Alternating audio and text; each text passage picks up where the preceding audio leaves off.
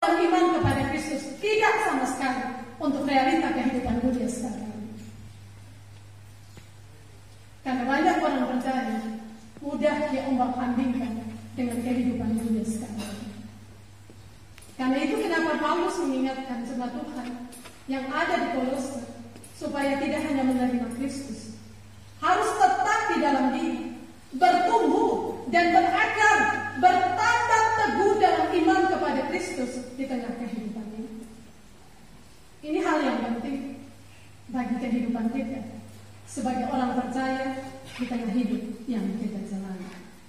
Karena itu kita patut juga bertanya, apa yang perlu kita lakukan supaya kita bertumbuh dan berakar di dalam Kristus dalam hidup tiap hari?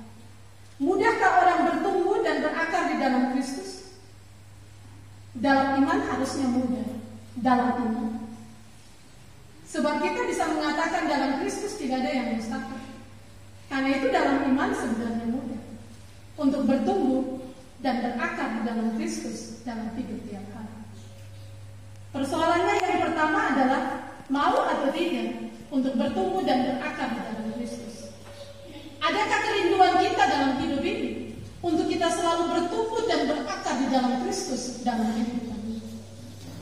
Ini sudah tentu juga mengingatkan kita bahwa dalam hidup kita sebagai orang percaya, kita tidak hanya bertumbuh secara fisik jasmani, bertumbuh secara usia, tetapi sebagai orang percaya kita perlu dan wajib untuk bertumbuh di dalam iman dan berakar kuat kokoh teguh dalam iman kepada Kristus dalam hidup ini. Karena itu apa yang perlu kita lakukan supaya kita bertumbuh dan berakar kuat teguh dalam iman kepada Kristus? Pada bagian pembacaan kita Paulus menegaskan, kamu bertambah teguh dalam iman yang telah diajarkan kepadamu. Supaya orang dapat bertumbuh dan berakar, ia harus bertumbuh dalam pengajaran. Pengajaran tentang apa? Pengajaran tentang Injil Kristus atau pengajaran tentang Kristus dalam kehidupan ini. Kalau kita kasih sederhana, supaya dapat bertumbuh dan berakar kuat teguh dalam iman kepada Kristus, kita harus bertumbuh di dalam firman Tuhan. Firman Tuhan menjadi dasar, menjadi landasan, menjadi filter untuk segala sesuatu dalam hidup ini. Firman Tuhan menjadi panutan, menjadi panduan dalam semua keadaan hidup kita. Firman Tuhan menjadi landasan untuk segala sesuatu dalam hidup ini. Supaya kita kuat, supaya kita bertumbuh, supaya kita berakar dalam hidup ini. Di luar firman Tuhan, maka tentu kita tidak akan mudah untuk bertumbuh dan berakar kepada Kristus dalam hidup ini. Bagaimana dengan pengalaman hidup?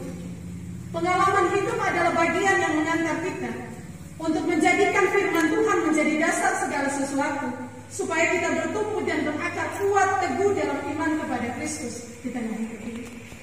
Bagaimana dengan pilihan-pilihan hidup?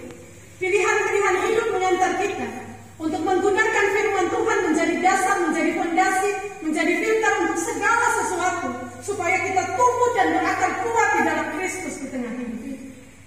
Karena itu kita harus bertumbuh di dalam firman Tuhan dalam seluruh hidup tiap hari. Kalau bicara soal bertumbuh di dalam firman Tuhan, itu kita tidak ragu soal mendengar firman Tuhan. Sebab dari kecil kita pasti sudah sekolah minggu mendengar firman Tuhan.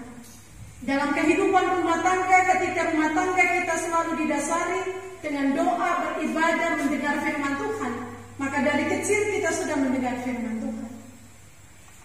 Alkitab pun mengingatkan kita bahwa iman bertumbuh dari pendengaran akan firman Tuhan.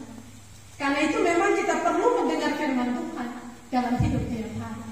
Tapi Alkitab juga mengingatkan kita untuk tidak sebatas mendengarnya. Kita perlu memberi diri dan hidup kita untuk menghidupi atau hidup di dalam firman itu, supaya firman itu bertumbuh dalam hidup kita dan firman itu dapat berakar dalam hidup kita. Sebagai orang percaya, kita juga tahu bahwa Alkitab mengajarkan kita tidak cukup bertumbuh dan berakar, tapi juga harus berbuah dalam hidup kita sebagai orang percaya. Jadi tidak cukup bertumbuh dan berakar, harus berbuah.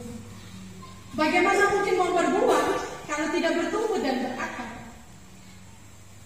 Bagaimana mau hidup kalau tidak berakar, kuat, teguh. Karena itu harus bertumbuh dan berakar supaya bisa menghasilkan buah. Alkitab pun memberitahu saudara dan saya, buah orang percaya itu buah yang berlipat ganda, tidak asal berbuah. Karena Alkitab memberikan standar hidup bagi kita orang percaya, standar hidup yang berkualitas dalam iman kepada kita. Tidak pernah Alkitab mengajarkan kita hidup yang kacang-kacangan, genteng-genteng, gampangan, tidak. Orang percaya diminta dalam hidup ini untuk tidak hanya